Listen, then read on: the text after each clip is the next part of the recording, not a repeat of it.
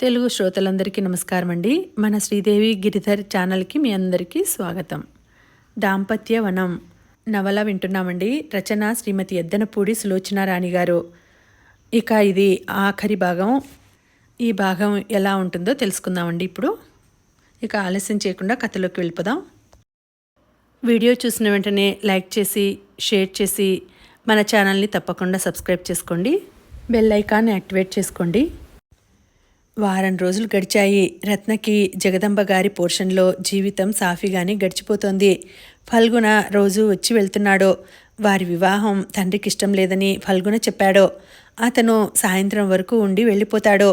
తండ్రికి ఒంట్లో బాగాలేదని చెప్పాడు. జగదాంబ గారు రాత్రివేళ ఒంటరిగా పడుకునే రత్నం చూసి నొచ్చుకుంది. పాపం, కొత్తగా పెళ్ళైన పిల్ల ఎంత బాధపడుతోందో. మనసు విప్పి చెప్పుకోవడానికి నోరైనా లేదు. ఈ బాధ నాకు తెలుసునమ్మా. నేను కూడా స్వయంగా అనుభవించాను. నా పెళ్ళైన కొత్తలో మా అత్తగారు మా వారిని కావాలని ఏదో వంక పెట్టి ఊర్లు పంపేది. నా చేత స్వయంగా ఇంటెడు చాకరీ చేయించేది. కొత్తగా పెళ్ళయి సరదాగా ఉన్న దంపతులని చూస్తే కళ్ళల్లో నిప్పులు పోసుకునేది. నేను అట్లా కాదమ్మా. కొత్తగా పెళ్ళైన వాళ్ళని చూస్తే నాకెంతో ముచ్చట. రత్నకి జడ వేసి పూలు పెడుతూ ఆవిడ చిన్ననాటి ముచ్చట్లన్నీ చెప్పేది. రత్నకి విసుగు వచ్చేది కాదు. ఆవిడ చెప్పే సోదంతా వినేది. అలా ఆవిడ చేత జడ వేయించుకుంటూ ఆ మాటలు వినడం రత్నకి ఎంతో ఇష్టంగా ఉండేది. ఇల్లు అంటే ఇలా ఉండాలి.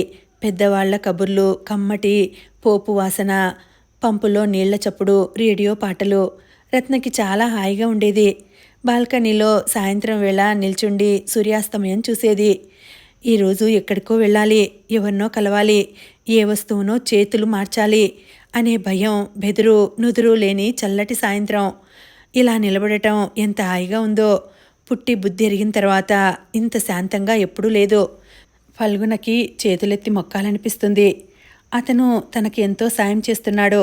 ఈ సాయంలో ఎలాంటి స్వార్థం అనే కల్మషం లేదు. రత్న రాత్రివేళ మంచం మీద పడుకుంటే జడలో జగదాంబ గారు పెట్టిన సన్నజాజులు మత్తెక్కిస్తున్నంత సువాసనలు వెదజల్లుతూ ఉండేది. రత్నకి ఈ జీవితం అంటే ఎంతో ఇష్టం ఏర్పడసాగింది. భయం లేని జీవితం, ఎవరి ఇష్టానికో బానిసలా చాకిరీ చేయాల్సిన అవసరం లేని జీవితం. ఎంత హాయిగా ఉంది, ఎంత తృప్తిగా ఉంది. తను ఒక ఆడపిల్లలా ఇంటి పట్టున ఉండటం ఎంత దివ్యంగా ఉంది. కూర్చోవటంలో, అన్నం తినటంలో ఎంత స్థిమితం. రేడియో వింటుంటే ఎంత సుఖంగా ఉంది. జగదాంబ గారు బజారు వెళ్ళేటప్పుడు రత్నని వెంట తీసుకువెళ్తుంది. తెలిసిన వాళ్ళకి మా వాళ్ళమ్మాయే అని చెబుతుంది.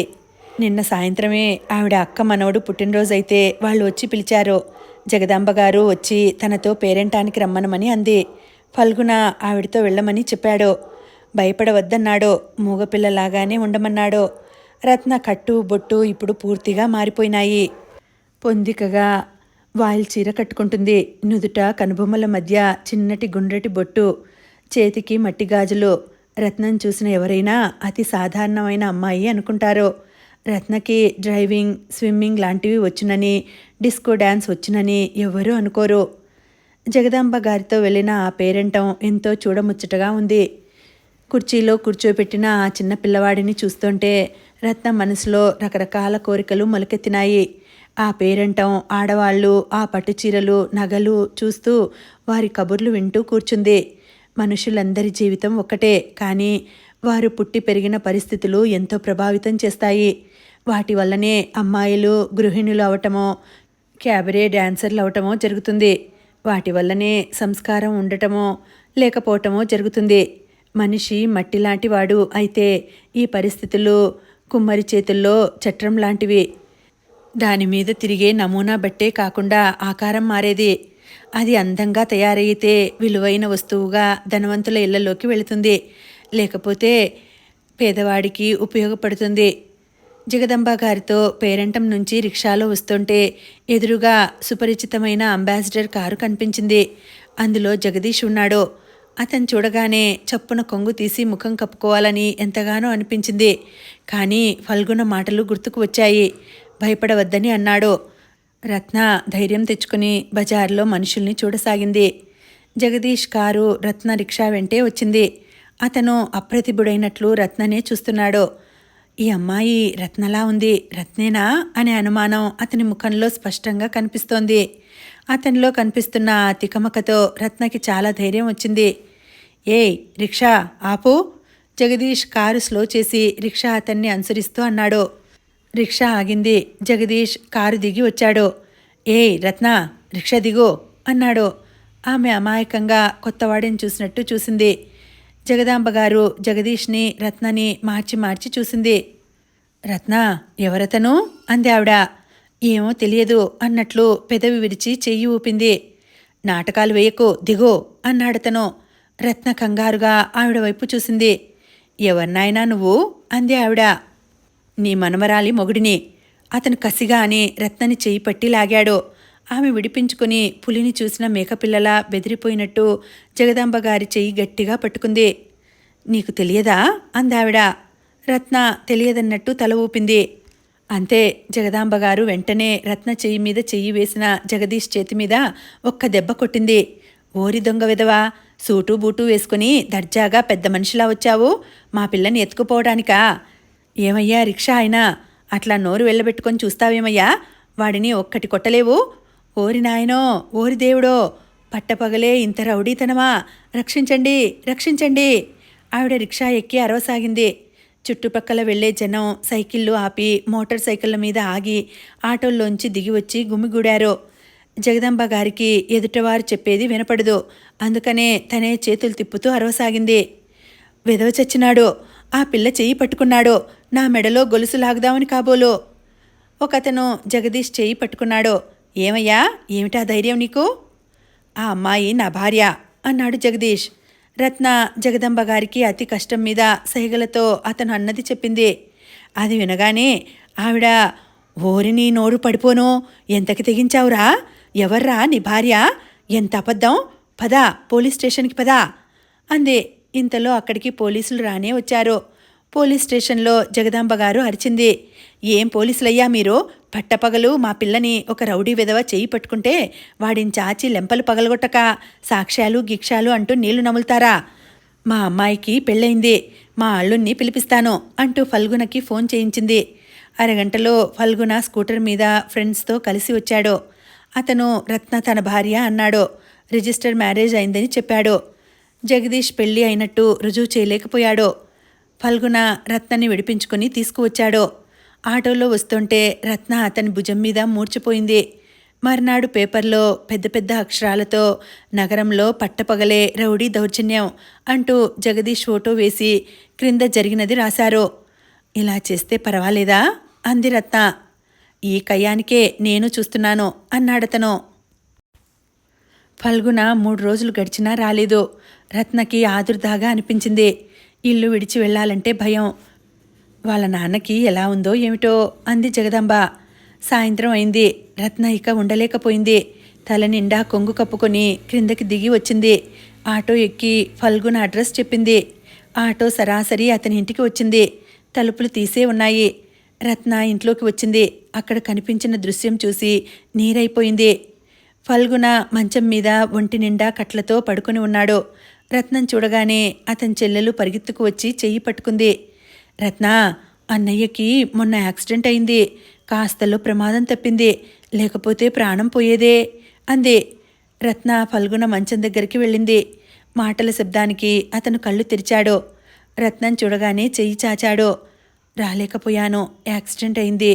బుజ్జి, మంచినీళ్లు తీసుకురా చెల్లెలకి చెప్పాడు. బుజ్జి లోపలికి వెళ్ళింది. ఫల్గున అన్నాడు. యాక్సిడెంట్ అవ్వలేదు. నిన్న వస్తుంటే వెనక నుంచే 2 వచ్చారు, నా మీద పడ్డారు, ఎడాపెడా కొట్టారు. ఆ గూండాల ముందు నా బలం చాలలేదు, తట్టుకోలేకపోయాను. దెబ్బలు బాగా తగిలినాయి. చచ్చిపోయానని అనుకున్నాను. ఇంతలో నా అదృష్టం, ఒక కారు అటు వచ్చింది. కారులో వాళ్ళు చూసి ఆపారు. కారులో మనుషుల్ని చూడగానే గూండాలు పారిపోయారు. కారు వాళ్ళు దయతో నన్నింటికి చేర్చి వెళ్లారు. సమయానికి వాళ్ళు వచ్చి రక్షించకపోయినట్టయితే ఈసరికి నేను పరలోకంలో ఉండేవాడిని. అతను నవ్వబోయాడు. రత్న కళ్ళ నిండా గిర్రున నీళ్లు తిరిగాయి. అతని 2 చేతులు పుచ్చుకుంది. ఫల్గి. రత్నకి గొంతులో ఏడుపు అడ్డుపడడంతో నోట మాట రాలేదు. రత్న, భయపడకు, నా కాలు గాని చెయ్యి గాని విరగలేదు. నేను ఒక రోజంతా స్పృహ లేకుండా పడి ఉన్నాను. నిన్నటి నుంచి నీకు ఈ సమాచారం ఎలా పంపాలా అని చూస్తున్నాను. నా ఫ్రెండ్ రవి ఈరోజు నిన్న రాలేదు. ఈ సంగతి విన్నావా? వాడు పేపర్లో జగదీష్ ఫోటో వేశాడని వాడిని చంపుతామని బెదిరిస్తూ ఫోన్ కాల్ వచ్చిందట. వాళ్ళ పనే అంతా. వాళ్ళకి అడ్డు అనిపించిన వాళ్ళని కాళ్ళు చేతులు విరగదీయడం, చంపటం వాళ్ళకి అలవాటు. ఫాల్గి, నా మూలంగా నీకిన్ని కష్టాలు కదూ అంది. అలా అనవద్దు. జగదాంబ గారు ఏమంటోంది? మీ నాన్నకి ఒంట్లో బాగాలేదనుకుంటోంది. ఆవిడ మనవడు చెప్పమని చెప్పాడట. అవును, రవిని అతను కలిస్తే చెప్పమని అన్నాను. ఆ కబురు తెలిసిందని కూడా నాకు తెలియదు. రత్న అతన్నే చూస్తోంది. ఇతనిది ఏనాటి రుణం అనిపిస్తోంది. ఇతను బంధువు కాదు, స్నేహితుడు కాదు. పోనీ తన దగ్గర నుంచి ఏదైనా ఆశించే స్వార్థపరుడా? అదే కాదు. తనంటే ఇతనికి జాలి కలగటం కేవలం తన అదృష్టం. ఇతని రుణం ఎలా తీర్చుకోవాలి? రత్న, ఏమిటి ఆలోచిస్తున్నావు? ఏం లేదు. ఇంతలో ఒక వ్యక్తి అక్కడికి వచ్చాడు. రండి గోపాలం గారు, కూర్చోండి అన్నాడు. ఏమిటి, యాక్సిడెంట్ అయిందట? అవును, సిటీలో రోడ్ల మీద రద్దీ మీకు తెలుసుగా. డాక్టర్ ఏమన్నాడు? చెయ్యి గాని కాలు గాని విరగలేదు, సంతోషించమన్నాడు. రోజు ఎక్కడ విన్నా ఇవే వార్తలు. చెప్పండి, వచ్చిన పని చెప్పమన్నట్టు చూశాడు. డబ్బు ఈ నెలాఖరికి సర్దుతాను అన్నారు. మిమ్మల్ని ఇది అడిగే సమయం కాదనుకోండి. వచ్చే నెల తప్పకుండా ఇవ్వటానికి ప్రయత్నిస్తాను. అలాగేలేండి, కానీ కాస్తైనా సర్దితే. రేపు రండి. అలాగే అలాగే, వస్తాను. అసలు రాకపోదును, కానీ అవసరం. అలాగే అన్నానుగా అన్నాడు ఫల్గుణ. అతనికి రత్న ముందు ఆ సంభాషణ ఎత్తటం ఇష్టం లేదు. గోపాలరావు గారు వెళ్ళిపోయారు. రత్న, చీకటైంది, ఇక వెళ్తావా? వెళ్ళనా?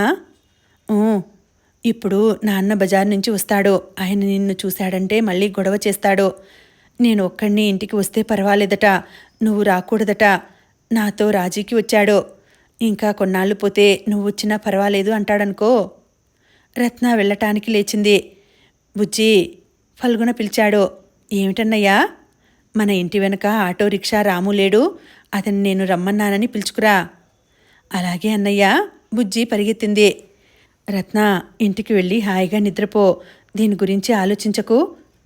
అలాగే, నేనెప్పుడూ మళ్ళీ మీ దగ్గరికి రాను. నేనే వస్తాను. 2 రోజులు రాకపోయినా ఏమీ అనుకోకు. జగదాంబ గారి దగ్గరనే ఉండు. ఇల్లు వదిలి ఒక్కదానివి ఎక్కడికి వెళ్ళకు.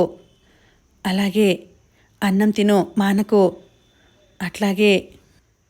అతను చేయి చాచాడు. నిజంగానేనా? నిజంగానే. చూడు, నాకు మాట ఇచ్చావు, తప్పవుగా. ఇంటికి వెళ్ళగానే అన్నం తిని నిశ్చింతగా నిద్రపో. రత్న తలూపింది. బుజ్జి తిరిగి వచ్చింది. ఆటో వచ్చింది. రాముని లోపలికి పిలిచి, ఈ అమ్మాయి గారిని దింపిరా రాము అని చెప్పాడు. రాము తల ఊపాడు. రత్న ఫల్గుణ చేతిని వదల్లేక వదిలి వెళ్ళింది. ఆటోలో వస్తుంటే రత్నకి మరీ అనిపించసాగింది. అతనికి తన మూలంగా అంత ప్రాణాపాయమైన దెబ్బలు తగిలినాయి. అయినా తను దగ్గరుండి కనీసం అతనికి సేవలు కూడా చేయలేదు. రత్నకి ఏడుపు వచ్చేసింది. నాలాంటి వాళ్ళకి అస్సలు ఎవ్వరూ సాయం చేయకూడదు. చేస్తే ఇలాగే కష్టాల పాలవుతారు. ఇంటికి వచ్చిన రత్న మంచం మీద పడి ఏడవసాగింది. ఆ ఏడుపులో ఒంటరితనం ఎంతో ఉంది. రత్నకి ఫల్గుణకి అన్నం తింటానని ఇచ్చిన మాట గుర్తుకు వచ్చింది. రత్న కళ్ళు తుడుచుకొని లేచింది. రవిని చంపుతానని బెదిరింపు ఉత్తరాలు రావటంతో అతను జగదీష్ ఆరాలు తీయసాగాడు. వాళ్ళకి పేరుకి షూస్ ఎక్స్పోర్టింగ్ కంపెనీ ఉంది, కానీ అక్కడ చేసే పని వేరు. దొంగతనాలు, బంగారం ఎగుమతి దిగుమతి జరుగుతుంది. రవి మేనమామ బ్యాంకుకి డైరెక్టర్. జగదీష్ పేరున తీసుకున్న ఇంట్లో జూదం, వ్యభిచారం అన్నీ జరుగుతున్నాయి. సంఘంలో సభ్య కుటుంబీకులుగా చలామణి అయ్యేవారు క్లబ్బులకి, బార్లకి వెళ్లరు, క్యాబరే డ్యాన్సులు చూడరు. ఆ విలాసాలన్నీ ఈ ఇంట్లోనే అమర్చుకున్నారు. లేని వ్యాపారాలు ఉన్నట్టుగా కాగితాల మీద నమ్మించి ప్రభుత్వం దగ్గర లక్షలు రుణాలు సేకరించటం, ఆ తర్వాత అందులో నష్టం చూపించటం వీరి ప్రధాన వృత్తి. ఆ ఇంట్లో రోజుకో ఇండస్ట్రీ తెరిచే కాగితాల మీద సంతకాలు జరుగుతూ ఉంటాయి. అక్కడ డబ్బు, కాగితాలు, గ్లాసులు చేతులు మారినంత సులభంగా అమ్మాయిలు కూడా మారిపోతూ ఉంటారు. ఒక గ్లాసులో ద్రవం ఎంగిలి భేదం లేకుండా మరొకరు తాగినట్టే ఒక వ్యక్తి ఆస్వాదించిన స్త్రీని మరొకడు పొందు కోరుతాడు.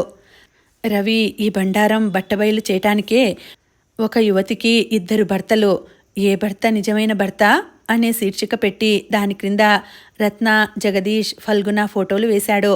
ఫల్గుణ రత్న తన భార్య అని, ఆమెకి తనకి రిజిస్టర్ మ్యారేజ్ అయిందని చెప్పాడు. జగదీష్ ఏమీ సంజాయిషి ఇవ్వకుండా మౌనం వహించాడు. ఫల్గుణ జగదీష్ మీద కేసు నమోదు చేయించాడు. తన భార్య అయిన రత్నని అతను బజార్లో వెళ్తుండగా చెయ్యి పట్టుకుని అసభ్యంగా ప్రవర్తించాడని పరువు నష్టం దావా వేశాడు. ఫల్గుణ రత్నల వివాహం గురించి నలుగురిలో నానా రకాలుగా ప్రచారమైంది. రత్న మోసగత్తె అని కొందరు, అమాయకురాలని మరికొందరు చర్చలు ప్రారంభించారు. జగదీష్ గురించి ఆరాలు వచ్చినాయి. తీగలాగితే డొంకంతా కదిలింది. జగదీష్ పరిచయాలు, ఆయా వ్యక్తుల చరిత్రలు వీధికెక్కినాయి. కోర్టులో విచారణ మొదలైంది. జగదీష్, రత్న తను ప్రేమించుకున్నామని, చాలా కాలం నుంచి భార్యాభర్తలుగా ఉన్నామని, రత్న కోసమే తను పెళ్లి చేసుకోలేదని సాక్ష్యం చెప్పాడు. రత్న అబద్ధం అని చెప్పింది. వాళ్ళ దగ్గరికి తను ఎలా వచ్చింది, వాళ్ళ చేతుల్లో తను ఎలా చిత్రహింసలు పడింది వివరంగా చెప్పింది. ఫల్గుణ దేవుళ్లా తనని ఎలా ఆదుకున్నది, అతనితో తను వచ్చేసి అతన్ని పెళ్లి చేసుకున్న వైనం చెప్పింది. జగదీష్ తనని వదలకుండా వెంటాడుతూ ఫల్గుణని చంపటానికి ప్రయత్నం చేశాడని అంది. రత్న మూగపిల్ల కాదన్న వైనం మళ్ళీ సంచలనం రేకెత్తించింది. రత్న కోర్టులో చెప్పింది, నాలాంటి అనాథలు ఎంతమందో నా అనే అండలేక ఇలాంటి దుర్మార్గుల బారిన పడి చిత్రహింసలు పడుతున్నారో. పోలీసుల దగ్గరికి సాయానికి వెళితే వాళ్ళ వల్ల ఉపకారం ఇలా జరిగింది అంటూ తనని పోలీసులు మళ్ళీ అప్పజెప్పిన వైనం చెప్పింది. మేము జీవితంలో నా అనేవాళ్ళు లేకుండా బ్రతకటమే అసలు ఒక దురదృష్టం. తరువాత ఇలాంటి రాక్షసుల బారిన పడి నరకంలో బ్రతకటం ఇంకా మహా దురదృష్టం. మా జీవితాలకి చేయూత ఇచ్చే ఫల్గుణ లాంటి వాళ్ళు ఎనలేని బాధలకు గురి అవుతున్నారు. న్యాయస్థానం, పోలీసులు మాకు అండగా నిలిచేది పోయి మాకు మరింత అన్యాయం కలిగే పరిస్థితులు తెస్తున్నారు. ఒంటరిగా ఈ రాబందులతో పోట్లాడటం అనేది మా వల్ల కావటం లేదు అంది. రత్న మూగది కాదు, మాటలు వచ్చు అని తెలియటంతో కేసు కొత్త మలుపు తిరిగింది. ప్రముఖ వార దినపత్రికలు రత్న ఫోటోని ప్రచురించి ఆమె దయనీయమైన కథని హృదయ విదారకంగా రాశారు. ఆ వ్రాయటంలో రత్న మీద జాలి కంటే పోలీసుల మీద ఆగ్రహమే ఎక్కువగా ఉంది. జగదీష్ పినతండ్రి, మేనమామల చరిత్ర అంతా బట్టబయలు అయింది. వారు వేసుకునే ఖరీదైన బట్టలు, దర్జాలు, కార్లు, నౌకర్లు, వీటి వెనుక ఎంత ఘోరమైన మనఃప్రవృత్తి ఉందో అర్థమైంది. పోలీసులు వారి ఇళ్ల మీద దాడి చేశారు. వారి ప్రవర్తనకి రుజువు చేసే ఆధారాలు దొరికినాయి. జగదీష్తో పాటు అందరికీ శిక్ష పడింది. రత్న ఫల్గుణ భార్యేనని కోర్టు తీర్పు ఇచ్చింది. ఈసారి పత్రికలు రత్న ధైర్యంగా జీవితానికి ఎదురీది విజయం సాధించిన గాథని అతిశయోక్తులతో వర్ణించి రాసినాయి. రత్న కోర్టు నుండి బయటకు వచ్చింది. అంతవరకు అక్కడ ప్రేక్షకుల్లో కూర్చుని కోర్టు తీర్పు వ్యవహారమంతా విన్న జగదాంబ గారు వెళ్ళిపోతోంది. రత్న గబగబా వెళ్ళి అమ్మా అని ఆవిడని పరిచయం చేసింది. జగదాంబ గారు రత్నని ఒక చూపు చూసింది. ఆ కళ్ళల్లో నిరసన, తిరస్కారం, అసహ్యం సుస్పష్టంగా కనిపిస్తున్నాయి. అమ్మాయి, నిన్ను వాళ్ళంతా మోసం చేశారని అంటున్నావు. మరి నువ్వు మమ్మల్ని చేసిందేమిటి? మోసం కాదా? మాటలు వచ్చి కూడా మూగదానిలా నటించావు, పతివ్రతలా ప్రవర్తించావు. ఇదంతా నటన కాదా? నువ్వు వాళ్ళకేం తీసిపోయావు చెప్పు. ఇంకెప్పుడు మాతో మాట్లాడాలని చూడకు అని చరిచరా వెళ్ళిపోయింది. రత్న నిర్ఘాంతపోయినట్లుగా నిలబడింది. ఫల్గుణ జగదాంబ గారి ఇంట్లో పోర్షన్ ఖాళీ చేశాడు. రత్నని అతను హాస్టల్లో చేర్పించడానికి తీసుకువెళ్ళాడు. వర్కింగ్ విమెన్ హాస్టల్ సూపరింటెండెంట్, ఈ అమ్మాయా మేం చేర్చుకోం బాబు. ఆ పత్రికా విలేకరులు ఇక్కడికి తయారైతే పెద్ద న్యూసెన్స్. ఇక్కడ ఆడపిల్లలంతా అమాయకులు. వాళ్ళ ఉద్యోగాలేమిటో తప్ప వాళ్ళకి ఇంకో లోకం తెలియదు. ఇలాంటి వాళ్ళని చేర్చుకున్నామంటే మా హాస్టల్కి చెడ్డ పేరు వస్తుంది అంటూ తిరస్కరించింది. ఫల్గుణకి రత్నని ఎక్కడ ఉంచాలో తెలియలేదు. ఇంటికి తీసుకువెళితే తండ్రి మండిపడతాడు. ఇప్పటికీ మన బతుకులు బజారున పడ్డవి చాలేదా? దానిని ఇంటికే తెచ్చావు, దానిని ఉద్ధరిస్తున్నానని వీరకంకణం కట్టుకున్నావు. రేపు నీ చెల్లెళ్ల సంగతి ఏమిటో ఆలోచించావా? అలాంటి దాన్ని పెళ్లి చేసుకున్నందుకు ఇంకోళ్ళైతే ఉరిపోసుకు చచ్చేవాళ్ళేవు. నువ్వు అదేదో పెద్ద ఘనకార్యం అన్నట్టు వెన్ను విరుచుకు తిరుగుతున్నావు. నీకిప్పుడు తెలియదురా? ఇంకో 4 రోజులు పోతే అందరూ నిన్ను గుమ్మాలలోనికి రాకుండా తరిమేస్తే అప్పుడు తెలుస్తుంది. వెళ్ళరా పో.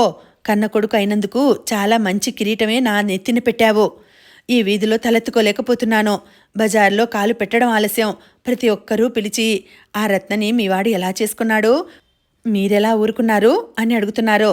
నేను వెళ్తుంటే నన్ను చూసి నవ్వుతున్నారో. అసలు నీ ఒంటి మీద తెలివి ఉండే ఈ పని చేశావా? మన తాహతు ఎంత, మన బతుకులు ఎంత? పరువుగా బ్రతికితేనేరా మనలాంటి వాళ్ళకి పట్టెడన్నం దొరికేది. ఎవరితో నాకు సంబంధం లేదు అనటానికి మనం ఏమైనా లక్షాధికారులమా? డబ్బున్న వాళ్ళైతే ఒంటి స్తంభం మెడలు, కోటల్లాంటి ప్రహారీ గోడలు కట్టుకొని ఇంకొకరితో మాకు సంబంధం లేదంటారు. మనం లేచిన తర్వాత 10 సార్లు పొరిగింటికి ఉప్పుకి, పప్పుకి, అప్పుకి వెళ్తే గాని జరగని సంసారాలు. నా కొంపని నట్టేట్లో ముంచావు కదరా. తండ్రినైపోయాను, లేకపోతే నిన్ను చంపి పాత్ర వేయాలనిపిస్తోంది. ఫల్గుణ మాట్లాడలేదు. ఆయన రత్నం మీద విరుచుకుపడ్డాడు. ఏమ్మా మహాతల్లి, నీ జీవితం నువ్వు బాగానే చూసుకున్నావు. ఎలాంటి చెడు తిరుగులు తిరిగినా ఆయన వాడిని చేసుకొని నీ బతుకు బాగు చేసుకున్నావు. మా జీవితాలు కూలదోశావు. ఆ పిల్లల్ని ఏం చేయమంటావు? ఇంత విషం ఇచ్చి చంపమంటావా? నీకోసం వాడింత చేశాడే, వాడికి నీ మూలంగా దొరికిందేమిటి? ఇదిగో మేమిలా దూరం అవటం, దేవుడా అని నెత్తిన గుడ్డేసుకుని ఏడవటం. నువ్వు ఈ ఇంటి కోడలివి అని తెలిస్తే నా ఆడపిల్లలకి పెళ్ళిళ్ళవుతాయా? వాడిని చేసుకున్నావు, వాడి పెళ్ళాన్ని నేను అంటూ ఊరంతా చాటింపు వేశావు. నీ మంచి నువ్వు చూసుకున్నావు. మా కర్మ అని ఇక మేము ఏడుస్తూ కూర్చోవాలి. వెళ్ళండి, నా కళ్ళెదుటి నుంచి పోండి, నా గుమ్మంలోకి మళ్ళీ రాకండి. నాన్న, ఫల్గుణ ఏదో చెప్పబోయాడో. రత్న అతని మోచేతి మీద అంటున్నట్టు వారించింది. ఇక వెళదామా మనం అంది. ఫల్గుణ రత్న వైపు తిరిగాడు. పదండి వెళదాం అంది దారి తీస్తూ. ఫల్గుణ అనుసరించాడు. ఫల్గుణ, రత్న హోటల్ రూంలో కూర్చుని ఉన్నారు. కాఫీ తాగినట్టు పక్కన ఖాళీ కప్పులు ఉన్నాయి. వారికెదురుగా టేబుల్ మీద రత్న జీవిత వృత్తాంతం ప్రచురించిన పత్రికలు రకరకాలవి ఉన్నాయి. ఫల్గుణ వాటిని చూస్తూ అన్నాడు. రత్న, చూసావా? ఈ ప్రపంచంలో కత్తికి లేని విలువ కళానికి ఉంది. ఈ పత్రికలు లేకపోతే జగదీష్ మనల్ని నల్లిని నలిపినట్టు నలిపి చంపేసేవాడు. మనం ఈ పత్రికలకి కృతజ్ఞతలు చెప్పుకోవాలి. ఇవి ఎంతో ఉపకారం చేశాయి కదూ. రత్న అక్కడి నుంచి లేచి కిటికీ దగ్గరికి వెళ్ళింది. అవును, ఉపకారం చేశాయి, చాలా ఉపకారం చేశాయి అంది అస్పష్టంగా. ఏమిటి రత్న? రత్న కిటికీ తలుపుకి తల ఆనించి కళ్ళు మూసుకుంది. ఈ ఉపకారం వల్ల నాకేం సంతోషం కలగటం లేదు ఫాల్గి. నేను ఆ జీవితంలో నుంచి బయటికి రావాలని, ఆ విషవలయంలో నుంచి బయటపడాలని ఎంతో తహతహలాడాను. ప్రాణానికి తెగించి పోరాడాను. యువతలకి వచ్చాను. కానీ నేను కోరుకున్న స్వేచ్ఛ ఏది? చిన్న జైల్లో నుంచి పెద్ద జైల్లోకి వచ్చినట్టుగా ఉంది నా పని. నా బ్రతికేమిటో ఇప్పుడు అందరికీ తెలుసు. ఇదే నాకు ఈ పత్రికల వల్ల జరిగిన ఉపకారం. దానికి సంతోషించనా, ఏడవనా? నేనెక్కడికి వెళ్ళలేను. ఎవరు నన్ను దగ్గరికి రానివ్వరు. నన్ను ఒక విషజ్వరంలా అంటరాని దానిగా చూస్తారు. నేను ఆ వాతావరణంలో నుంచి బయటపడాలని ఎందుకు తహతహలాడానో? స్వేచ్ఛ కోసం, ఆనందం కోసం.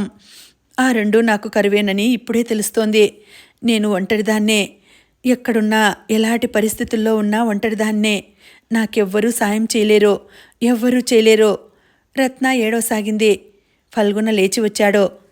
రత్న, ఎంతో సంతోషంగా ఉండాల్సిన ఈ సమయంలో ఏమిటి ఈ బేలతనం?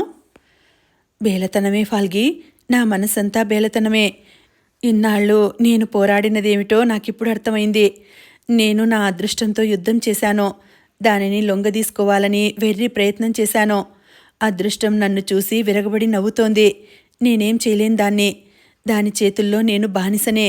నేను నోరెత్తలేను. నాకు స్వేచ్ఛ లేదు. రత్న, ఇలారా, కూర్చో. ఎందుకింత బాధపడుతున్నావో చెప్పు అనునయంగా అడిగాడతను. నా బాధ నీకు అర్థం కాదు ఫాల్గి, నీకు అర్థం కాదు. నేను నోరు విప్పి చెప్పలేను. దయ్యుంచి నువ్వు నన్ను కొద్దిసేపు వదిలేయి. నేను ఒంటరిగా కూర్చుని ఆలోచించుకోవాలి. అతను భయంగా చూశాడు.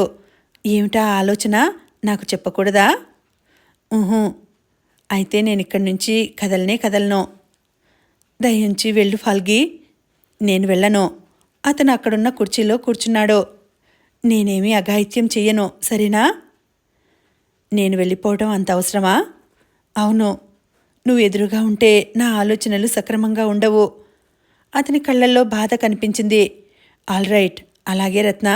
నిన్ను బాధ పెట్టే ఏ పని నేను చెయ్యను, సరేనా? నేను వెళ్తున్నాను. అతను లేచాడు. వెళ్ళబోతూ ఆగాడు. మళ్ళీ ఎప్పుడు రాను?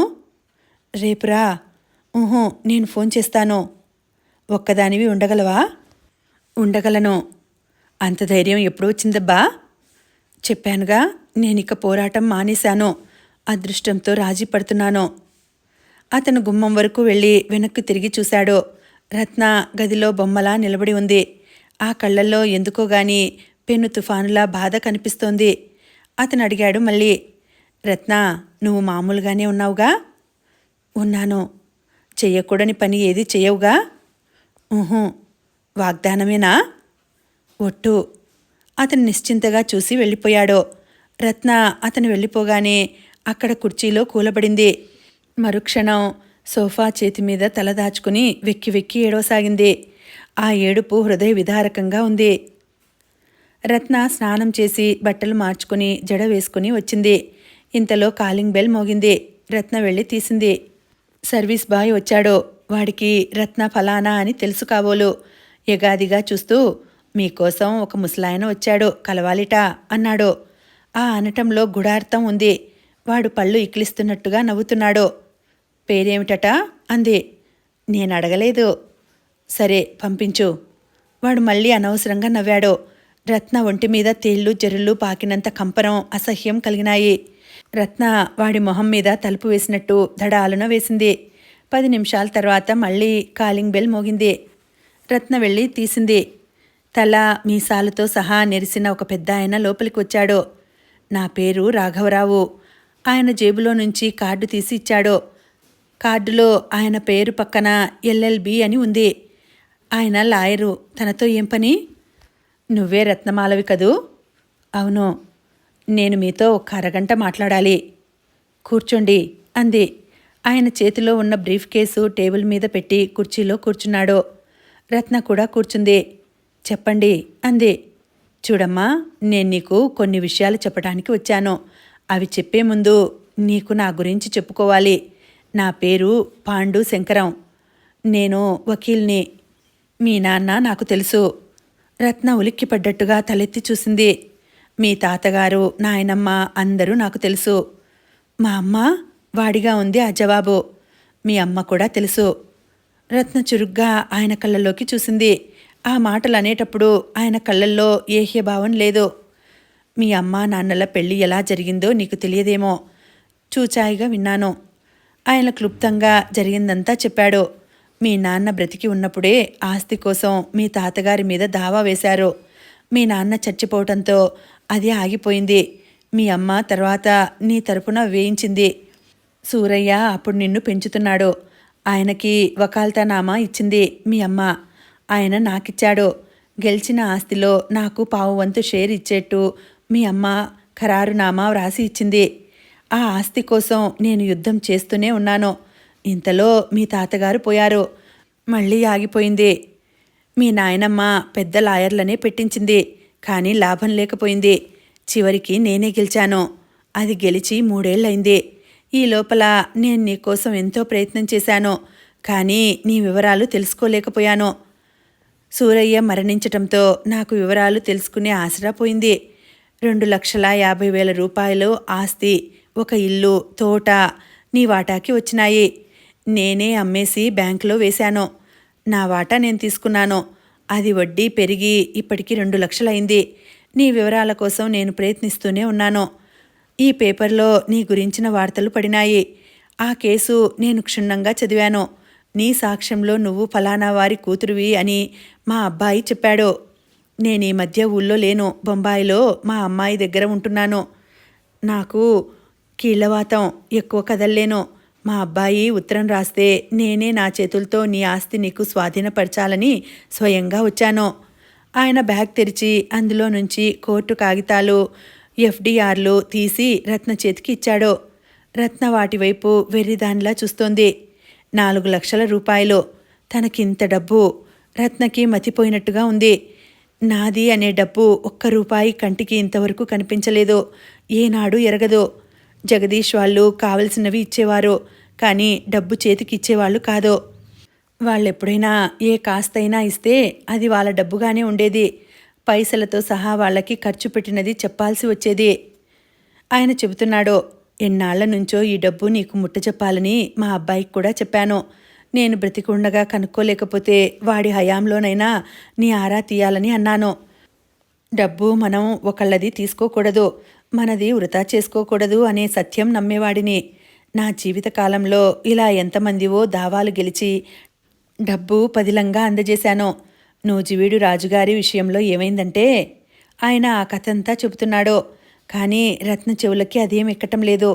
తనకి 4 లక్షల డబ్బు. రత్న మనసు సంతోషంతో గాల్లో ఎగరటం లేదు. ఏడుపు వచ్చేస్తోంది. ఈ డబ్బు లేకపోవటం వల్ల తను పడిన బాధలు గుర్తుకు వస్తున్నాయి. ఇప్పుడు హోటల్ బిల్ ఇవ్వలేననే బాధ లేదు. రత్నకి మెడ నుంచి ఇన్నాళ్ళు మోస్తున్న గుదిబండేదో తెగిపోయి శరీరం హాయిగా ఉన్నట్లుగా ఉంది. స్వేచ్ఛ లభించినట్టుగా ఉంది. ఆయన అంతా చెప్పటం ముగించి, అమ్మయ్యా, ఇన్నేళ్లకి ఈరోజు నాకు నిశ్చింతగా ఉంది. నీ డబ్బు నీకు ముట్టజెప్పేశాను అన్నాడు. ఇక వస్తానమ్మా అని ఆయన లేచాడు. ఒక్క నిమిషం కూర్చోండి, కాఫీ తెప్పిస్తాను. రత్న వెళ్ళి కాలింగ్ బెల్ నొక్కింది. నీకు పెళ్ళయిందని విన్నాను, మీ ఆయన ఎక్కడా? లేరు, బయటకు వెళ్ళారు.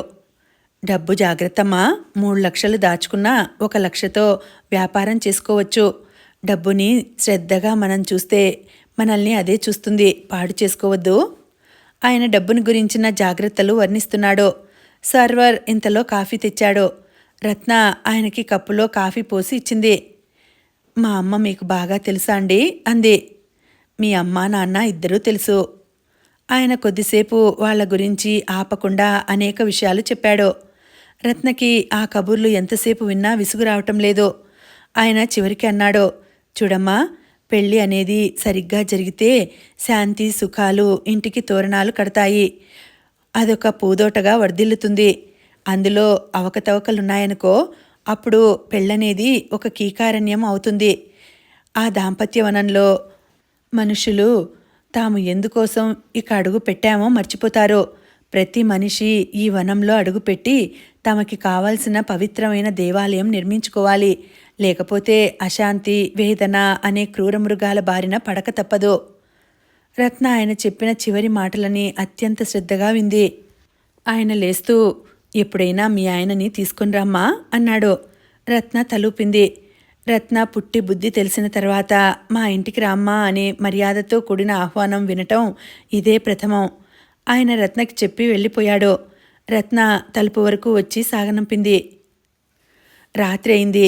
హోటల్ గదిలో టేబుల్ దగ్గర కూర్చుని రత్న ఉత్తరం రాస్తోంది. ఆ ఉత్తరం రాస్తుంటే ఆ కళ్ళల్లో ఒక దృఢ నిశ్చయం, మనోనిబ్బరం సుస్పష్టంగా కనిపిస్తున్నాయి. ఆ ఉత్తరం ఫల్గుణకి. అందులో ఇలా వ్రాస్తోంది. ఫల్గి, నీకు ఈ ఉత్తరం ఎంతో బాధతో భారమైన మనసుతో రాస్తానని అనుకున్నావు. కానీ చిత్రమైన సంఘటన ఒకటి జరిగి నా మనసులో భారం, బాధ సంకెళ్ళు తెగ్గొట్టినట్టుగా విడిపోయినాయి. ఫాల్గి, ఒక మహా అద్భుతమైన విషయం వింటావా?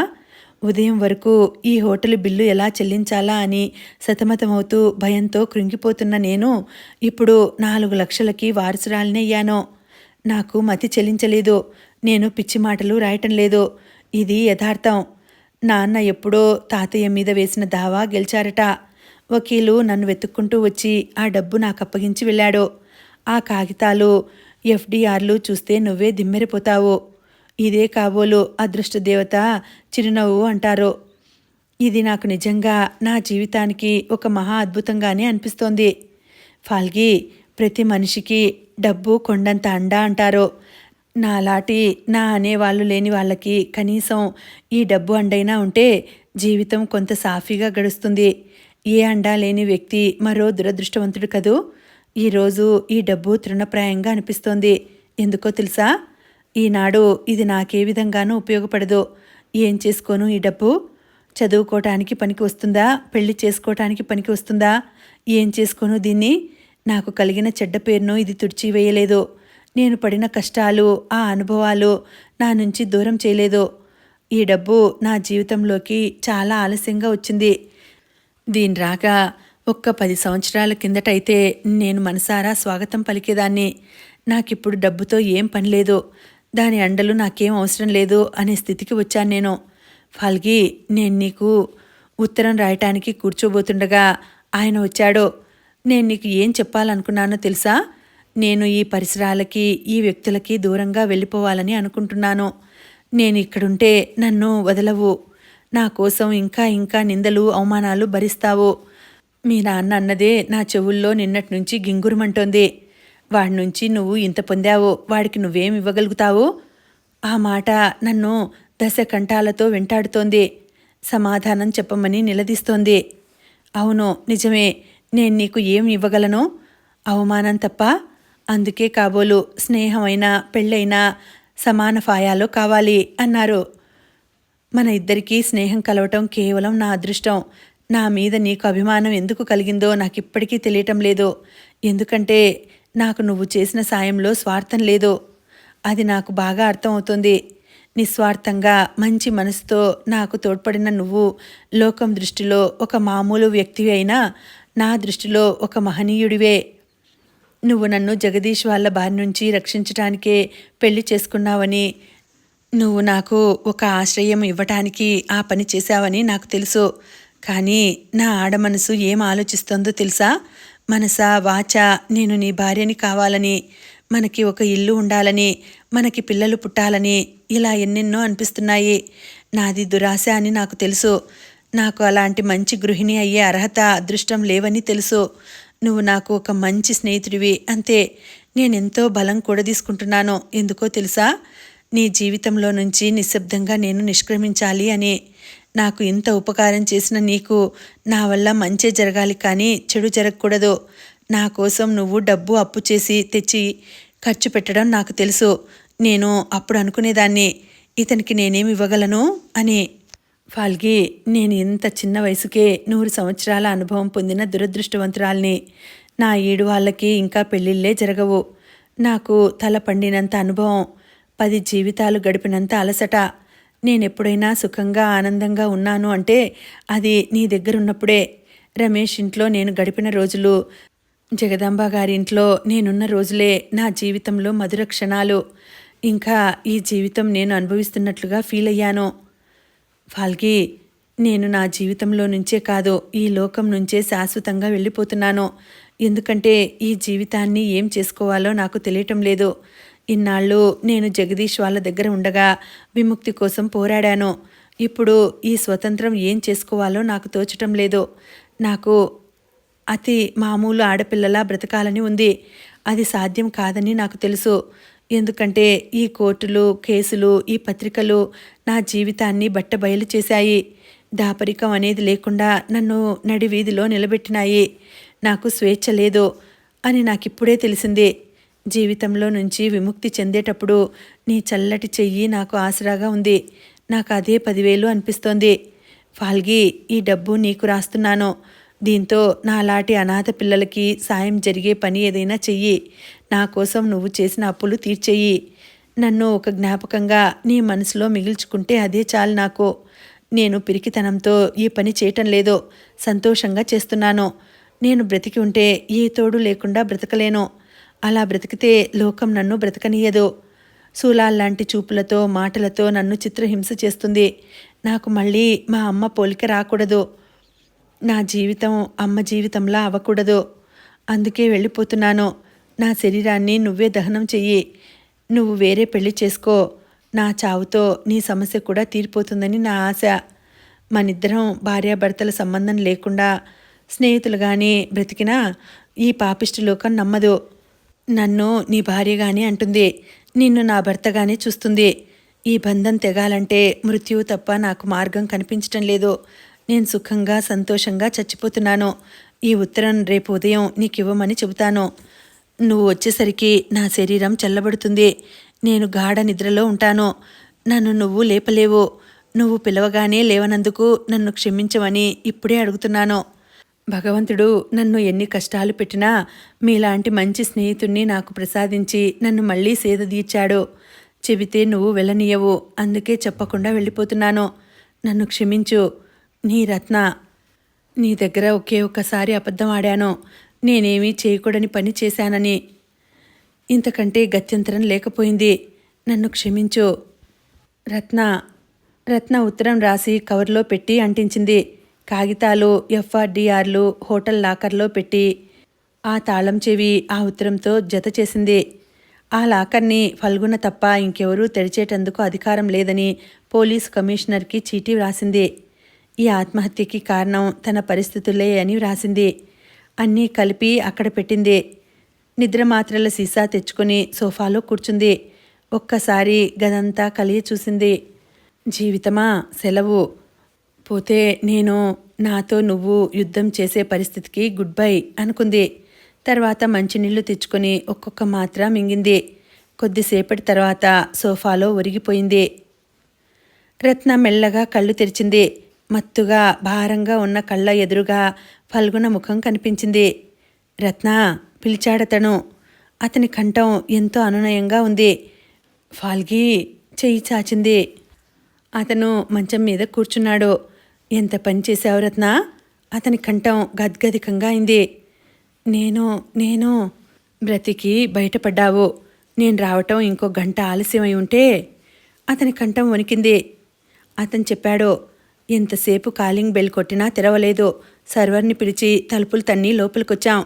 సోఫాలో పడి ఉన్నావు. నాకప్పుడే అనుమానం వచ్చింది. వెంటనే హాస్పిటల్కి తీసుకువచ్చాం. నువ్వు ఉత్తరం చదివావా? ఉత్తరమా? ఏ ఉత్తరం? నేను టేబుల్ మీద పెట్టాను.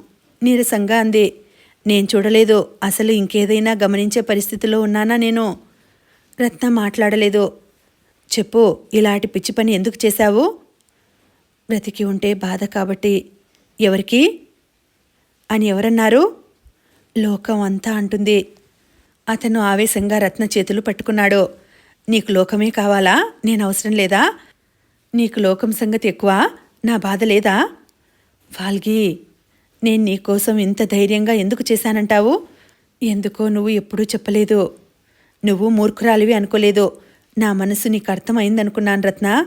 నీకు తెలుసా, నేను బొంబాయిలో ఉద్యోగం కోసం ప్రయత్నిస్తున్నాను. ఆ ఉద్యోగం తప్పక వస్తుంది. అక్కడికి వెళ్ళి మనం కొత్త జీవితం ప్రారంభిద్దాం అనుకున్నాను. నిన్న ఆ ఫ్రెండ్ వస్తేనే నేను రాలేకపోయాను. ఆ ఉద్యోగం వచ్చింది. నేను సంతోషంగా ఆ మాట చెప్పడానికి వచ్చాను. నన్ను నువ్వు ఇంత మోసం చేస్తావని అనుకోలేదు. ప్లీజ్. రత్న అతని పెదవుల మీద చెయ్యి ఆనించింది. దయ్యుంచి ఆ మాట అనవద్దు. మనం నీకు తగ్గగానే వెళ్ళిపోదాం. మనం సుఖంగా ఉండగలమా? ఎందుకు ఉండలేం? సుఖంగా ఉండటం అనేది నీ చేతుల్లో ఉంది. నువ్వు ఆ పాత రత్నని మర్చిపో. కొత్త రత్నగా జీవితం ప్రారంభించు. తెలిసిందా? అతను రత్నని దగ్గరికి తీసుకున్నాడు. రత్న తల మీద పెదవులు ఆనించి ముద్దు పెట్టుకున్నాడు. రత్న, నేను నిన్ను మనస్ఫూర్తిగానే వివాహం చేసుకున్నాను.